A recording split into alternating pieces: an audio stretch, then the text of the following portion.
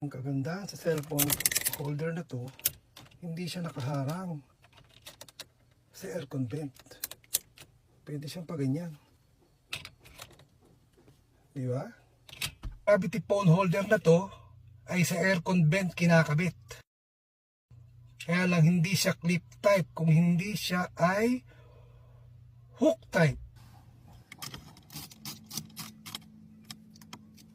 Testingin natin ilagay ang cellphone.